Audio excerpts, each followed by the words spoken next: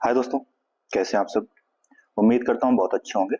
जैसा कि आपको पता है कि अभी बिहार में बहुत सारे एग्जाम्स हैं।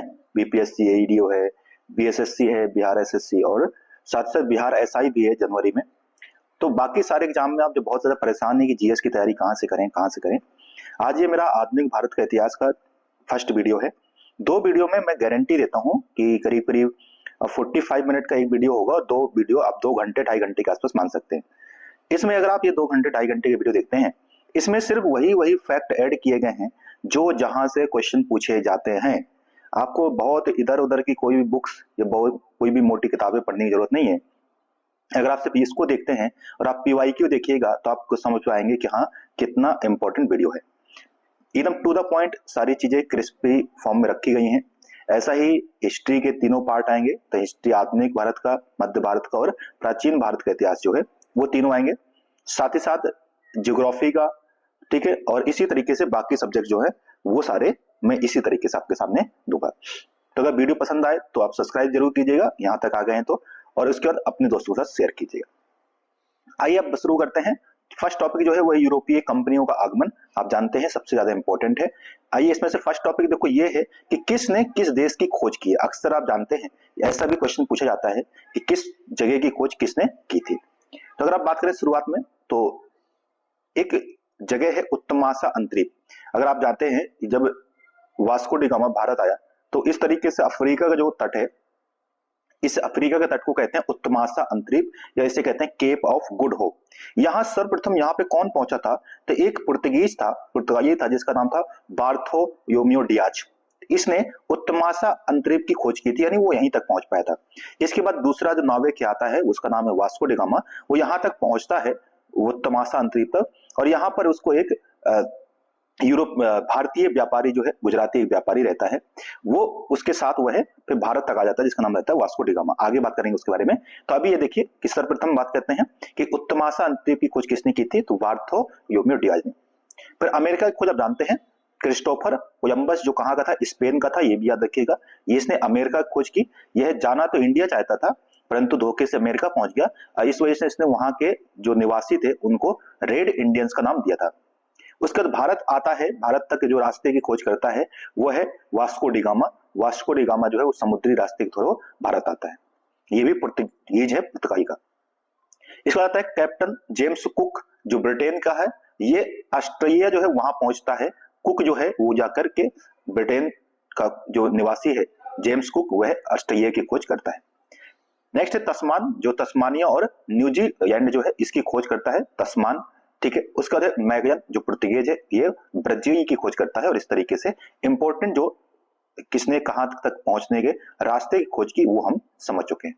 अब आते हैं, समझते हैं यूरोपीय कंपनियों का आगमन। सर्वप्रथम आप जानते हैं पुर्तगीज जो है, पुर्तगाली जो है, 1498 में वास्को डी गामा भारत आता है। उसके बाद डच आते हैं 1605 में, ब्रिटिश इसके बाद आते हैं 1608 में, और फिर आते हैं डेनिश 1620 में, फिर फ्रांसीसी 1668 में। ठीक है, तो ये क्रम जो है बहुत जरूरी है। पीडी बीडी, पी से पुर्तगीज, डी से डच, फिर बी से ब्रिटिश, डी से डेनिश, और उसके बाद एफ, एफ से फ्रांसीसी। P D B D F, PDF, P D B D F, ऐसे याद रख सकते हैं। ठीक है, तो ये क्रम है, बहुत इंपॉर्टेंट है। हम जानते हैं कि पुर्तगीज कंपनी 1498 में आती है, और सबसे बाद में 1961 में ये भारत से जाते हैं, क्योंकि पुर्तगीज सबसे अंत तक भारत में रहते हैं। गोवा और दमन द्वीप पर ये कब्जा करके रखते हैं, जहां पे 1961 से ये बात वापस जाते हैं। तो अक्सर पूछा जाता है कि सबसे अंत में कौन सी यूरोपीय कंपनी भारत से गई, वो थे पुर्तगीज ही, और सर्वप्रथम आए भी कौन थे, तो वही थे। अगर आप इनकी बात करें कि इन्होंने कौन सी कंपनी को कहां पे स्थापित किया, इनकी फैक्ट्रियां कहां पर थी, तो पुर्तगीज जो थे, पुर्तगाली जो थे, इनकी सर्वप्रथम जो 1498 में इन्होंने अपनी मतलब आते हैं यहाँ पर, कंपनी की स्थापना होती है 1498 में, परंतु भारत में ये स्थापित करते हैं कोचीन में, अपनी कोच्चि जो है वहां पर 1503 में अपनी प्रथम फैक्ट्री स्थापित करते हैं। दूसरे हैं ब्रिटिश की कंपनी तो बन जाती है 1600 में, याद रखिए कंपनी की स्थापना, परंतु ये भारत में आते हैं 1613 में, सूरत में अपनी प्रथम फैक्ट्री स्थापित करते हैं। जबकि जो डच कंपनी है वो बाद में बनती है 1602 में, परंतु वो भारत इससे पूर्व में आ जाते हैं, 1605 में ही आ जाते हैं। तो इस वजह से आपने क्रम में देखा था कि डच जो है वो अंग्रेजों से पहले आते हैं, परंतु इनकी कंपनी बाद में स्थापित हुई थी। अगर इनकी कंपनियों के नाम भी देखें तो पुर्तगीज कंपनी का नाम क्या है, स्टादो दा इंडिया। वहीं जो अंग्रेजों की कंपनी है, इसका जो हम जिसको ईस्ट इंडिया कंपनी शॉर्ट में कहते हैं, इसका नाम था the governor and company of the merchant of London trading into the east Indies. तो ये इस कंपनी का नाम है। ये सूरत में फैक्ट्री स्थापित करते हैं। तीसरी जो कंपनी है जिसका नाम है डच कंपनी, जिसका नाम था वेरिंगदे ओस्ट इंडिसे कंपनी, वेरिंगदे ओस्ट इंडिसे कंपनी। ये जो नीदरलैंड के निवासी थे, 1602 में इसकी स्थापना होती है और यह संयुक्त पूंजी से बनी कंपनी थी। इंपॉर्टेंट है, याद रखिएगा, यह संयुक्त पूंजी से निर्मित एकमात्र कंपनी थी, वो थी डच कंपनी। ब्रिटिश कंपनी जो है जब इसकी स्थापना होती है तो उस समय यहाँ पे भारत में जो जिसका सम्राट रहते हैं वो रहते हैं अकबर। अकबर का शासन रहता है, परंतु जब एक कंपनी भारत आती है तब यहाँ पर जहांगीर का शासन रहता है। इंपॉर्टेंट है, याद रखिएगा, जब भारत कंपनी आती है तब जहांगीर का शासन होता है, परंतु जब निर्माण होता है कंपनी का तब अकबर का शासन रहता है। ये इंपॉर्टेंट है, पूछा जाता है बहुत बार। डचों की जो प्रथम कंपनी थी वो मसूयेपट्टनम है, वहां पे स्थापित होती है। डेनिश कंपनी डेनमार्क की थी, 1616 में स्थापना होती है और 20 में आकर के त्रावणकोर में अपना कारखाना स्थापित करते हैं।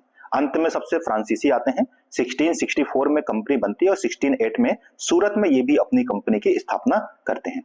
ठीक है, कौन? फ्रांसीसी। फ्रांसीसी कंपनी का नाम था कंपनी देश इंडेस ओरिएंटलिस। कंपनी देश इंडेस ओरिएंटलिस, ये फ्रांसीसी कंपनी का है। स्वीडिश भारत में नहीं आते हैं, ये अपना चीन में ही अपना कारखाना स्थापित करते हैं, इस वजह से स्वीडिश के बारे में ज्यादा याद करने की जरूरत नहीं है। ये इनके कुछ फैक्ट्रियां दे रखी है, किसने कहां पर अपना अपना कारखाना स्थापित किया है तो आप देख सकते हैं, परंतु ये याद रखिए कि प्रथम कारखाना इनका कहां पर था। फर्स्ट कारखाना इनका इंपॉर्टेंट है, वो पूछा जाता है। अब आते हैं कि प्रमुख जो व्यक्ति हैं इनसे संबंधित क्वेश्चन पूछे जाते हैं अक्सर, तो ये याद रखिएगा कि इनसे संबंधित कुछ प्रमुख व्यक्तियों के संबंधित, जैसे वास्को डी गामा की बात करते हैं तो वास्को डी गामा जो है वो भारत आना पहुंचने वाला प्रथम समुद्री मार्ग से यूरोपीय था। उसका जाते हैं फ्रांसिस्को डी अल्मीडा, जो पुर्तगीज गवर्नर था, इन प्रथम गवर्नर था पुर्तगाली कंपनी का, जिसको वायसराय भी कहते थे। कैप्टन हॉकिंग, ये प्रथम अंग्रेज अधिकारी था या दूत कह सकते हैं, जो जहांगीर के दरबार में आया था। ये अंग्रेज था, ब्रिटेन से आया था, किसके दरबार में? जहांगीर के दरबार में, कैप्टन हॉकिंग्स। फ्रांसिस डे जो है इसने मद्रास की स्थापना की थी, तो मद्रास का संस्थापक कौन था? फ्रांसिस डे था। जॉब चरनाक जो है उसने कोलकाता की स्थापना की थी, इंपॉर्टेंट है। वहीं फ्रैंको मार्टिन जो है इसने पौंडीचेरी की स्थापना की थी, और ये पौंडीचेरी की स्थापना की थी। ये पौंडीचेरी का प्रथम फ्रांसीसी गवर्नर था। कौन? Franco Martin. तो फ्रैंको मार्टिन फ्रांसीसी गवर्नर था, प्रथम गवर्नर कहां पर था? तो पौंडीचेरी का। जो अंगियार है, गेरोइड अंगियार, ये मुंबई का वास्तविक संस्थापक माना जाता है। और चॉइस आयर जो है इसने फोर्ट विलियम का प्रथम प्रशासक नियुक्त किया गया था, याद रखिएगा। एडविन यूटियंस और हर्बर्ट बेकर, इनके बारे में इंपॉर्टेंट याद रखिएगा। जो आज नई दिल्ली है उसकी स्थापना इनके द्वारा ही की गई थी। फादर मानसेट्रे जो है ये अकबर के दरबार में प्रथम एक व्यक्ति पहुंचते हैं जो शिष्टमंडल के साथ और अकबर को ये क्रिश्चियन बनाने की कोशिश करते हैं, तो ये है जॉन। इसके बाद है जॉन मेडनहॉय, ये है इंपॉर्टेंट, इनके बारे में याद रखिएगा।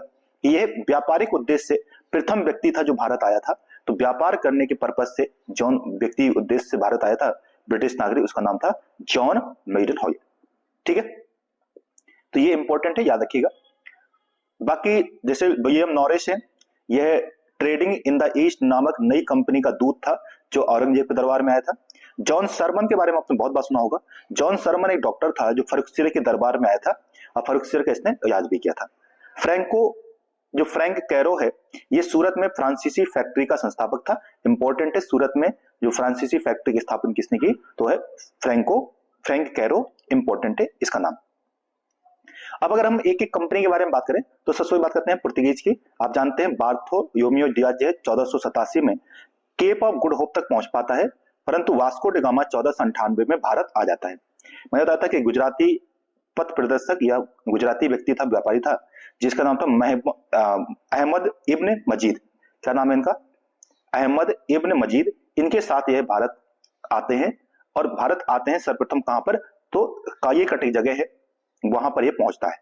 उस समय यहाँ पर जो यहाँ का शासक था उसका नाम था जमोरिन। तो जमोरिन के दरबार पहुंचता है। यहाँ पर उस समय इससे आने से पहले ही यहाँ पर अभी अरब व्यापारी जो थे वो व्यापार करते थे, जिन्होंने इसका विरोध भी किया था। ठीक है, जब ये यहाँ से वापस गया और वापस जाकर इसने जितना भी यहाँ से वो किया था, व्यापार किया था, उसको जब जाकर वहां पर उसने बेचा तो वहां पर उसको 60 गुना मुनाफा हुआ था। वास्को डी गामा को, इंपॉर्टेंट है, याद रखिएगा। पुर्तगीज जो भारत में आए, इनके दो उद्देश्य से, एक तो ईसाई धर्म का प्रचार करना था और दूसरा उद्देश्य था भारतीय क्षेत्र में व्यापार करना, क्योंकि अभी तक अरब व्यापारी ही यहाँ पे व्यापार कर रहे थे और यूरोपीय व्यापारी व्यापार करने से अछूते थे। इस वजह से इनको यहाँ पर कहा गया। मैंने बताया कि इस समय यहाँ का शासक जमोरिन था। जमोरिन यहाँ पर शासन कर रहा था, जिसने इसका स्वागत भी किया था। ठीक है, फिर दूसरा व्यक्ति जो आता है पुर्तगाली से, वो है पेड्रोज अयब्रेज कैब्रल, ये भारत आता है। फिर 1502 में वास्को डी गामा दोबारा से भारत आता है और तीसरी बार जब आता है तो 1524 में तीसरी बार जब आता है तो कोचीन में इसकी मृत्यु हो जाती है। तो पूछा गया है कई बार कि किसकी कोचीन में मृत्यु हुई थी? वास्को डी गामा की 1524 में जब तीसरी बार भारत आता है। इन्होंने प्रथम कारखाना बताया था 1503 में कोचीन में स्थापित किया। ठीक है, और अल्फांसो डी अल्बुकर्क जो था वो यहाँ का सेना कमांडर नियुक्त किया गया। क्या किया गया? सेना का कमांडर सर्वप्रथम। ठीक है, 1505 में प्रथम वायसराय बन के आता है, वो है अल्मीडा। फ्रांसिस्को अल्मीडा जो है वो प्रथम वायसराय बन के आता है यहाँ पर। ठीक है, और 1509 में अल्फांसो डी अल्बुकर्क को दूसरा नियुक्त, यानी कि देखो जो अल्बुकर्क था वो ये क्या था? ये वो क्या था? कमांडर था। परंतु इसके बाद अल्मीडा के बाद इसको 1509 में क्या किया जाता है? इसको यहाँ का वायसराय नियुक्त किया जाता है। ठीक है, और इसी ही वास्तविक संस्थापक माना जाता है। पुर्तगीज कंपनी का वास्तविक संस्थापक किसको मानते हैं? तो अल्फांसो डी अल्बुकर्क को। ठीक है, जो अल्मीडा था, जो प्रथम वायसराय था, उसने भारत में एक नीति शुरू की थी, उसे कहते हैं कार्टेज सिस्टम। ठीक है, जिसको एक और नाम देते हैं, उसे कहते हैं ब्लू वाटर, ठीक है, की नीति। इसका अर्थ है कि यहाँ पे बिना परमिट के, एक परमिट देते थे ये, कोई भी अगर समुद्र मार्ग से व्यापार करना होता था तो उसको एक परमिट देते थे, जिसको कहते थे कार्टेज सिस्टम। बिना कार्टेज सिस्टम के कोई भी व्यापारी यहाँ से समुद्र से व्यापार नहीं कर सकता था, अदरवाइज ये उस पर अटैक कर देते थे। ठीक है, तो याद रखते हैं इसको किसने शुरू किया था? तो जो प्रथम वायसराय था, जिसका नाम था अल्मीडा, उसने ही इसको शुरू किया था। ठीक है, इसको शांत जंग की नीति भी कहते हैं। जो दूसरा गवर्नर बन के आता है, जिसका नाम है अल्बुकर्क, ये क्या करता है? ये 1510 में एक बीजापुर के शासक है जिसका नाम है यूसुफ आदिल शाह है। इनसे गोवा छीन करके, गोवा छीनता है कौन? 1510 में अल्बुकर्क। किससे? तो बीजापुर के शासक जो है आदिल शाह है, इनसे गोवा छीनता है। इसके बाद ये होता क्या है कि इसमें जो कहते हैं कि एक हिंदू शासक था जिसका नाम था तिमैया, उस तिमैया ने सहायता की थी गोवा छीनने में। दूसरे हैं, तीसरा जो गवर्नर बन के आता है जिसका नाम है नीनो डी क्यूना। नीनो डी क्यूना जो है वो 1530 में गोवा को क्या करता है? राजधानी बनाता है कोचीन की जगह। पुरानी राजधानी की कोचीन थी, बाद में इसने राजधानी बनाई गोवा। तो किसने बनाई? क्यूना ने राजधानी बनाया गोवा को, परंतु छीना किसने था? तो वो था अल्बुकर्क ने। ठीक है, इसके बाद पुर्तगालियों ने हिंद महासागर में व्यापारिक एकाधिकार नियंत्रण किया। मैं बताया आपको कार्टेज सिस्टम शुरू किया इन्होंने, तो वही यहाँ पे कार्टेज सिस्टम के बारे में दिया था। ठीक है, इन्होंने फिर बाकी अपनी फैक्ट्रियां, जैसे दीव में 1535 में, दमन में 1559 में, सॉइसेट बसीन में इन्होंने अधिकार किया और वहां पे अपनी कंपनियां स्थापित की। ठीक है, 1536 में इन्होंने चटगांव और सतगांव में अपने कारखाना स्थापित किए। तो ये कुछ इंपॉर्टेंट है। ठीक है, एक व्यक्ति थे जो जेसुइट्स संत फ्रांसिस जेवियर जो थे, ये भारत आते हैं। इसका यूपीएससी ने भी क्वेश्चन पूछा है। तो ये आते हैं और यहाँ पर ईसाई धर्म का प्रचार प्रसार करने के हेतु ये सर्वप्रथम भारत आते हैं, जिनका नाम था जेसुइट संत फ्रांसिस्को जेवियर। ठीक है, इसका देखिए, पुर्तगाली स्वयं को महासागर का स्वामी कहते थे, क्योंकि इनकी नौसेना जो थी बहुत इंपॉर्टेंट थी, बहुत ताकतवर थी। इनको ही अकबर ने जो बंगाल है वहां पर हुई के आसपास व्यापार करने की अनुमति दी थी, परंतु बाद में कासिम खान जो था गवर्नर था, मुगल गवर्नर कासिम खान ने इनको वहां से भगा दिया था, क्योंकि ये यहाँ पर अनैतिक रूप से व्यापार कर रहे थे। तो कासिम खान ने 1631 में इनको वहां से निष्कासित कर दिया। एक इंपॉर्टेंट बात और है कि 1661 में जो पुर्तगीज राजकुमारी है कैथरीन ब्रिगेंजा, इनका विवाह होता है ब्रिटिश राजकुमार से जिसका नाम है चालीस द्वितीय। और इस विवाह में होता क्या है कि जो मुंबई है वो दहेज के रूप में दिया जाता है किसको, ब्रिटिश राजकुमार को, चालीस द्वितीय को। यह क्या करता है, उस मुंबई को फिर 10 पाउंड के वार्षिक किराए पर किसको दे देता है, ईस्ट इंडिया कंपनी को हैंड ओवर कर देता है। तो तब से ये जो मुंबई है वो अंग्रेजों के पास आ जाता है। शुरुआत में किसके पास था, पुर्तगीज के पास था, परंतु बाद में किसके पास आ जाता है, तो अंग्रेजों के पास आ जाता है। ठीक है, इन्होंने भारत से व्यापार किसके करते थे, तो ज्यादातर स्पाइसेस का व्यापार करते थे, जैसे ठीक है चंदन हो गया, हल्दी हो गया, अदरक हो गया, ठीक, काली मिर्च हो गया, इन सब का व्यापार ये यहाँ से करते थे, कपास का भी। गोवा, दमन एवं दीव तक ये अंत तक बना है, 1961 तक यहाँ पर बसे रहे, क्योंकि अंत में सबसे ये जाते हैं यहाँ से। ठीक है, इसका देखो, इसका इन्होंने हमें क्या क्या दिया है, ये इंपॉर्टेंट क्वेश्चन है, यहाँ से तो यूपीएससी में भी कई बार क्वेश्चन पूछा गया है, पीसीएस तो पूछता ही पूछता है। देखिए इन्होंने एक तो गोथिक वास्तुकला, जो आर्किटेक्ट थे गोथिक आर्किटेक्ट, जिससे आपने देखा होगा कि गोवा में बड़े बड़े जो चर्च बने हुए हैं उस आर्किटेक्ट को गोथिक आर्किटेक्ट कहते हैं, जो इनकी देन है। दूसरा है प्रिंटिंग प्रेस, 1556 में प्रिंटिंग प्रेस की स्थापना करते हैं गोवा में। तंबाकू, अदरक, काजू, मक्का, अनानास, आलू, पोटैटो, नौसेना आदि का भी इनके द्वारा ही दिया गया है। जहाज निर्माण भी इन्हीं के यहाँ से हमने सीखा है। ऐसा नहीं कि भारत में जहाज निर्माण नहीं होता था, जो आधुनिक जहाज निर्माण है वो यहीं से आया है। अब आते दूसरी कंपनी जिसका नाम है डच। बता दिया डच ज्यादातर कहाँ के थे, नीदरलैंड के निवासी थे। ठीक है, भारत में व्यापार हेतु ये संयुक्त पूंजी से निर्मित कंपनी थी, बता चुका हूं शुरुआत में।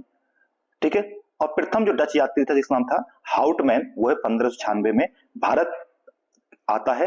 भारत, ठीक है, 96 में भारत के पूर्व में सुमात्रा पहुंचता है, और यह भारत तक नहीं पहुंच पाता, सुमात्रा तक आता है, उसके बाद एक कंपनी भारत आती है। इनके अगर कारखाने की बात करें तो प्रथम कारखाना इनका 1605 में स्थापित होता है मसूलीपट्टनम में। उसका दूसरा कारखाना जो है वो है 1610 में पुलिकट, फिर 1616 में सूरत, और ये बाकी कारखाने हैं। ये क्या रखिएगा, 1632 में ये पटना में अपना कारखाना स्थापित करते हैं, पटना। ठीक है, तो पटना में अपना कारखाना स्थापित करते हैं कब, 1632 में डच। ये प्रथम थे जिन्होंने पटना में अपना कारखाना स्थापित किया। ठीक है दोस्तों, तो इतना याद रखिएगा इनके बारे में। ठीक है, बस इनसे बहुत ज्यादा याद नहीं रखना है, बस एक चीज याद रखना है जो वो ये है कि पूछा जाता है कि इनका जो व्यापार किस चीज करते थे, ये सोरा का व्यापार करते थे। किसका व्यापार करते थे, सोरा का व्यापार करते थे। और चिनसोरा के डच फोर्ट को इनका नाम जो दिया था उसका नाम था गुस्ताव फोर्ट कहा जाता था। इन्होंने चिनसोरा में एक फोर्ट स्थापित किया था, इंपॉर्टेंट है। ठीक है, तो ये इनकी इतनी बातें यहां से इंपॉर्टेंट है। उसके बाद 1690 तक डचों का मुख्य व्यापारी जो कोठी थी वो पुलिकट यहाँ पे व्यापार करते थे। और उसके बाद आप जानते हैं कि इनका युद्ध होता है अंग्रेजों से, और उसके बाद ये वहां से बेदरा के युद्ध में 1759 में इनका अंग्रेजों से युद्ध होता है, जिसे कहते हैं बेदरा का युद्ध। इंपॉर्टेंट है, याद रखिएगा। बेदरा के युद्ध में डच जो है वो भारत से भाग जाते हैं, एक तरीके से अंग्रेजों से पराजित होकर के इनका यहां से व्यापार समाप्त हो जाता है। एक चीज और याद रखिएगा कि 1663 में औरंगजेब ने इनको बंगाल, बिहार और उड़ीसा में डचों को 3.5% की चुंगी के साथ व्यापार करने की अनुमति दी थी, परंतु 1707 में बहादुर शाह जफर ने इसको घटा करके 2.5% कर दिया था। तो ये भी एक इंपॉर्टेंट बात है जो याद रखिएगा। एक और पूछा जाता है कि उन्होंने कुछ सिक्के जारी किए थे, सोने के सिक्के जारी किए थे, जिनको पैगोडा कहा जाता था। तो ये किन्होंने जारी किए थे, डचों ने। पैगोडा कहते थे उन सिक्कों को, सोने के सिक्के थे। तो इतनी बातें अगर इनके बारे में आप पता रखेंगे तो आप समझ जाइए कि काफी ये सफिशिएंट है। अब तीसरी फैक्ट्री जो है वो है फ्रांसीसी। तो आइए इनके बारे में समझते हैं थोड़ा सा। फ्रांसीसी के बारे में ज्यादा पूछा जाता है कि 1664 में फ्रांसीसी कंपनी की स्थापना किसने की थी। तो याद रखने के कि एक मंत्री थे फ्रांस के जिनका नाम था कॉयबर्ट, कई बार पूछा गया है, इंपॉर्टेंट है। इनके प्रयास से यहाँ के जो फ्रांस के सम्राट थे लुईस 14, इनके समय में ये कंपनी की स्थापना हुई थी। ये एक सरकारी कंपनी थी, इंपॉर्टेंट है, याद रखिएगा। फ्रेंच ईस्ट इंडिया कंपनी का नाम था कंपनीज देश इंडेस ओरिएंटस, ये इस कंपनी का नाम था। ठीक है, उसका पूछते हैं कि फ्रैंक कैरो को भारत का प्रथम फ्रांसीसी फैक्ट्री स्थापित करने हेतु तो भेजा जाता है, और यह भारत जब आता है तो प्रथम फैक्ट्री जो है वो 1668 में सूरत में स्थापित करता है। ठीक है, और यह फ्रांस का प्रथम फ्रांसीसी गवर्नर भी बनता है। फ्रैंको मार्टिन जो है, फ्रैंको मार्टिन गवर्नर बनता है। फ्रैंको कैरन जो है वो कंपनी स्थापित करता है, और फ्रैंको मार्टिन जो है यहाँ का प्रथम फ्रांसीसी गवर्नर बनता है। ठीक है, फ्रांसीसी गवर्नर बनने के बाद फ्रैंको मार्टिन ने वैकोंडमपुरम जो है यहाँ के सूबेदार थे शेर खां लोधी। इंपॉर्टेंट है, पूछा गया था एक बार यूपीएससी में भी और पीसीएस में तो कई बार पूछा गया है। शेर खां लोधी से इन्होंने एक जगह प्राप्त की, एक गांव प्राप्त किया बाद में, जिसका नाम पौंडीचेरी रखा।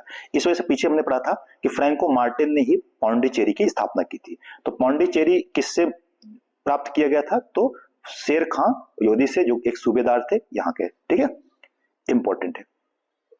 फ्रांसीसी का हेडक्वार्टर बाद में पता है यहीं पर बन गया था, पौंडीचेरी ही बन गया था और अंत में वो यहीं से वापस गए। फ्रांसीसियों ने बंगाल के सूबेदार शाइस्ता खां से अनुमति प्राप्त करा और चंद्रनगर जो है यहाँ पर कारखाना स्थापित किया। तो शाइस्ता खां की अनुमति से बंगाल पर ये प्रवेश करते हैं। उस समय मुगल सम्राट जो है मोहम्मद शाह की अनुमति प्राप्त करके ये वहां पर टक्सा यानी कि सिक्के छापने का कार्य भी करते हैं। ठीक है, फ्रांसीसियों ने 1721 में मॉरिशस और 1724 में मायाबार के तट पर माहे और इन सब जगहों पर भी अधिकार प्राप्त किया। आखिरी क्वेश्चन जो है बहुत इंपॉर्टेंट है कि इनका भी युद्ध होता है अंग्रेजों से, जिसे कहते हैं वांडी वास का युद्ध 1760 में होता है और इसमें जो अंग्रेज सेनापति रहता है आयरकूट, वो फ्रांसीसियों को हरा देता है और फिर फ्रांसीसियों की जो शक्ति है वो क्या होती है? सीमित हो जाते हैं। अंग्रेजों और फ्रांसीसियों के बीच में कर्नाटक के युद्ध हुए हैं, जो आगे हम इनके बारे में बात करेंगे। तो कर्नाटक युद्ध किसके बीच में हुआ है? फ्रांसीसियों और अंग्रेजों के बीच में। इसी का एक भाग था ये वांडीवास का युद्ध, जो 1760 में होता है। इंपॉर्टेंट है, वांडीवास का युद्ध भी याद रखिएगा और ये अभी जो मैंने बताया था आपको वेदरा का युद्ध, ये दोनों याद रखना है। ठीक है, तो वेदरा का युद्ध 1759 में होता है। ठीक है, 1759 में, और ये होता है 1760 में, एक वर्ष बाद। तो ये दोनों युद्ध जो है बहुत इंपॉर्टेंट है, याद रखिएगा। डेनिस के बारे में ज्यादा कुछ नहीं याद करना है। डेनिस बस याद रखिएगा कि इस कंपनी जो है ये स्थापना होती है 1616 में, परंतु यह अपना प्रथम कारखाना जो है 1620 में ट्रांकुबर और 1676 में श्री रामपुर में अपनी कंपनी स्थापित करते हैं। बाद में यह अपनी कंपनी अंग्रेजों को बेच करके यहां से भाग जाते हैं। ठीक है, तो इतना याद रखिएगा। अब आते हैं अंग्रेज, जो ब्रिटिश सबसे ज्यादा इंपॉर्टेंट है। इन्होंने ही भारत में सबसे ज्यादा समय तक राज किया है, तो हमें इनके बारे में तो जानना पड़ेगा ही। 16 से 17 शताब्दी में यूरोपीय के व्यापारी भारत आए। 1593 में एक कंपनी की स्थापना होती है। ठीक है, में कंपनी इवेंट को स्थायी मार्ग से भारत में व्यापार करने की अनुमति दी गई थी। ठीक है, अधिकार प्राप्त हुआ, लेकिन इसमें अंग्रेज सर्वाधिक सक्सेस रहे। 1599 में स्थायी मार्ग से भारत आने वाले जो प्रथम अंग्रेज था उसका नाम था मेडन हॉल। ये भारत में व्यापार करने के उद्देश्य से प्रथम अंग्रेज था जो भारत आया। 31 दिसंबर 1600 को जो ब्रिटेन की महारानी थी एलिजाबेथ प्रथम, इन्होंने the governor and company of merchant of London trading to East Indies नाम से इस कंपनी को 15 वर्षों तक व्यापार करने का एक अधिकार पत्र दे दिया। ठीक है, तो एक अधिकार पत्र प्राप्त किया और यह 1609 में जेम्स प्रथम ने इसे अनिश्चित समय तक ये बढ़ा दिया था। बाद में कोई निश्चित समय तक ये व्यापार पत्र कब तक रहेगा? शुरुआत में ये 15 वर्ष था, परंतु बाद में इसको अनिश्चित वर्ष तक इसको बढ़ा दिया गया था। भारत में आने वाला प्रथम अंग्रेजी जहाज जो था उसका नाम भी याद रखा, रेड ड्रैगन पूछा जाता है। कौन सा अंग्रेजी जहाज था जो भारत आया था? Red dragon. ठीक है, इसका देखिए अब यहां से इसके बारे में हुई। अब यहां से शक्तियों का विस्तार कैसे होता है, कौन कौन अपनी शक्तियों को किस तरीके से, ब्रिटिश शक्ति का विस्तार कैसे होता है, क्योंकि ब्रिटिश के बारे में पढ़ना है, तो यहां से हम इसको शुरू करेंगे कि ब्रिटिश शक्ति का विस्तार। ठीक है, तो आप जानते हैं सबसे इन्होंने अपना जो अधिकार जमाना शुरू किया वो किया बंगाल में। ठीक है, यहां पर जो शासन था वो मुर्शिद कुली खान ने धीरे धीरे, ठीक है, अपनी सत्ता को यहाँ पे स्थापित किया था। तो बंगाल की स्थापना किसने की थी पूछा जाता है, तो मुर्शिद कुली खान ने। ठीक है, उसके बाद इसके बाद दूसरे शासक बनते हैं अयवर्दी खान, जो यूरोपियों को मधुमक्खियों से, अंग्रेजों को मधुमक्खियों के समान कहते हैं। वो कहते हैं जो यूरोपीय हैं एक तरीके की मधुमक्खी, अगर इनके साथ शांति से व्यवहार करोगे तो शहद देंगे और अगर इनको छेड़ोगे तो ये काट खाएंगे। तो ये पूछा जाता है किसने कहा था, तो अयवर्दी खान ने इसके बारे में कहा था। ठीक है, इसके बाद भारतवर्ष में ब्रिटिश साम्राज्य का संस्थापक जो था वो रॉबर्ट क्लाइव को माना जाता है। ठीक है, जिसने 85 का युद्ध 23 जून 1757 में जो बंगाल के नवाब थे सिराजुद्दौला, इसको पराजित करके भारत में प्रभुत्व को स्थापित किया था। तो याद रखिएगा कि किसने, रॉबर्ट क्लाइव को माना जाता है। 85 का युद्ध कब होता है? 23 जून 1757 को होता है। इसमें हार किसकी होती है? सिराजुद्दौला की हार होती है, क्योंकि इस समय यहाँ का ये गवर्नर शासक था, नवाब था। इस समय जो सेनापति थे इनका, जिसका नाम था मीर जाफर धोखा करता है, धोखा दे देता है, जिससे हार होती है, ठीक है, और बाद में इसको ही नवाब बना देते हैं। इस युद्ध के समय जो शासक था, मुगल शासक कौन था, वो था आलमगीर सेकंड, जो बाद में 1764 में बक्सर के युद्ध में अंग्रेजों से युद्ध करता भी है और हारता भी है। ब्रिटिश सेनापति जो है हेक्टर मुनरो ने 22 अक्टूबर 1764 को बक्सर के युद्ध में, हेक्टर देखो अभी यहाँ पे कौन है, हेक्टर मुनरो ने 22 अक्टूबर 1764 को बक्सर के युद्ध में, उस समय के जो नवाब थे मीर कासिम, देखो होता क्या है कि जब 85 के युद्ध में मीर जाफर की मदद से अंग्रेज जीत जाते हैं, तो मीर जाफर को शासक बना देते हैं। परंतु मीर जाफर कुछ समय तक नवाब रहता है, अंग्रेजों को महसूस होता है कि मीर जाफर उतना अच्छा नवाब नहीं है, तो वो उसे हटा करके मीर कासिम को नवाब बना देते हैं, जो उसका दामाद रहता है, इसका, मीर जाफर का। परंतु मीर कासिम जो है वो और ज्यादा होशियार रहता है, वह अपनी राजधानी जो है वो मुर्शिदाबाद से मुंगेर, जो बिहार का मुंगेर है, वहां पर स्थापित करता है, ठीक है। तो मुर्शिदाबाद से मुंगेर राजधानी स्थापित करता है। दूसरी चीज, मुंगेर में वह आर्म्स फैक्ट्री यानी कि गन बनाने की फैक्ट्री भी स्थापित करता है और अंग्रेजों की बातें सुनना बंद कर देता है, जिससे अंग्रेज नाराज होकर के मीर कासिम को फिर से हटा करके मीर जाफर को वापस से नवाब बना देते हैं। इससे नाराज होकर के जो मीर कासिम है, यह एक संयुक्त सेना बनाता है, किसके साथ, तो एक तरफ थे, मतलब एक तरफ अंग्रेज थे, एक तरफ था मीर कासिम, अवध का नवाब सुजाउद्दौला, और जो मुगल शासक थे शाह आलम सेकंड, इनके साथ ये क्या करता है, एक सेना बनाता है, संयुक्त सेना बनाता है और युद्ध होता है, जिसे बक्सर का युद्ध कहते हैं। और इस बक्सर के युद्ध में इनकी तीनों के एक साथ अंग्रेजों से हार होती है, क्योंकि इधर से अंग्रेज चौथा सेनापति हेक्टर मुनरो था। तो ये 22 अक्टूबर 1764 को युद्ध होता है, ठीक है। अब ये कुछ घटनाएं दे रखी हैं, इन घटनाओं से भी क्वेश्चन पूछा गया कई बार, आइए देखते हैं एक एक करके। जैसे सिराज नवाब कब बनता है, तो 1756 में नवाब बनता है बंगाली का। एक घटना होती है बजाय खोई की घटना, 20 जून 1756 को। होता क्या है कि एक बार अंग्रेज जो है फोर्टिफिकेशन कर रहे हैं, तो ये सिराज मना करता है और एक आक्रमण करता है अंग्रेजों पर आक्रमण करता है। तो वहां पर क्या करता है, कुछ अंग्रेज वहां पर बंदी बना करके एक कमरे में बंद कर दिया जाता है। रात भर ये कमरे में बंद रहते हैं अंग्रेज, परंतु जब सुबह ओपन किया जाता है तो इसमें बहुत सारे अंग्रेज मर जाते हैं, क्योंकि छोटे से कमरे में बंद रहते हैं। इसी को कहते हैं बजाय खोई की घटना कहते हैं। ये हुई थी 20 जून 1756 में। इसी से नाराज होकर के फिर जो है अंग्रेज जो है वो इस पे आक्रमण करते हैं, और फिर इनके बीच में एक संधि भी होती है, वो है जिसको कहते हैं अलीनगर की संधि होती है, ठीक है, सिराज के बीच में और रॉबर्ट क्लाइव के बीच में। ये होती है 9 फरवरी 1757 को, जिसको अंग्रेज बाद में तोड़ देते हैं, और 23 जून को 1757 को वापस से युद्ध होता है, जिसमें सिराज की हार होती है, ठीक है। इसके बाद मीर जाफर जो है उसको नवाब बनाया जाता है 1757 से 1760 तक। फिर इसको हटाकर बताया मैंने आपको, मीर कासिम को नवाब बनाते हैं 1760 से 63 तक, और फिर से 63 में वापस से मीर जाफर को ही वापस से नवाब बना दिया जाता है 1763 से 1765 तक, ठीक है। फिर बक्सर का युद्ध होता है, आप जानते हैं, 22 अक्टूबर 1764 को। और इसके बाद एक संधि होती है जिसे कहते हैं इलाहाबाद की संधि, जो रॉबर्ट क्लाइव और जो मुगल शासक है शाह आलम सेकंड, इनके बीच में होती है। ये 22 अगस्त 1765 को। और दूसरी संधि भी होती है जो रॉबर्ट क्लाइव और जो अवध के नवाब है सुजाउद्दौला, उसके बीच में होती है 1765 में।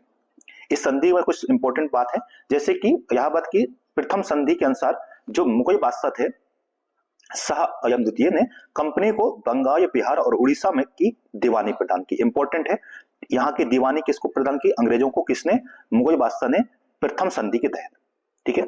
उसका दूसरी जो संधि है, द्वितीय संधि जो है इलाहाबाद की संधि, ईस्ट इंडिया कंपनी का गवर्नर कौन था यहाँ पे जिस समय संधि हुई थी, तो रॉबर्ट क्लाइव था, ठीक है। कंपनी ने दीवानी के कार्य के लिए 2 उप दीवान नियुक्त किए थे, एक बिहार का और एक बंगाल का। जो बंगाल के दीवान थे उनका नाम था मोहम्मद रजा खान, और जो बिहार के दीवान थे उनका नाम था राजा सितौब राय।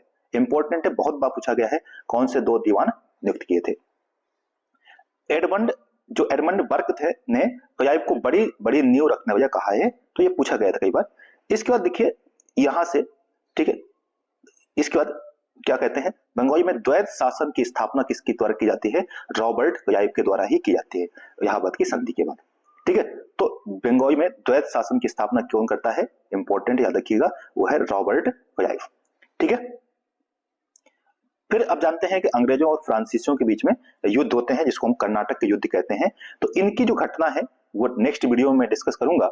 अभी तक यहाँ तक कि अगर आपने देखा है तो ये याद रखिएगा।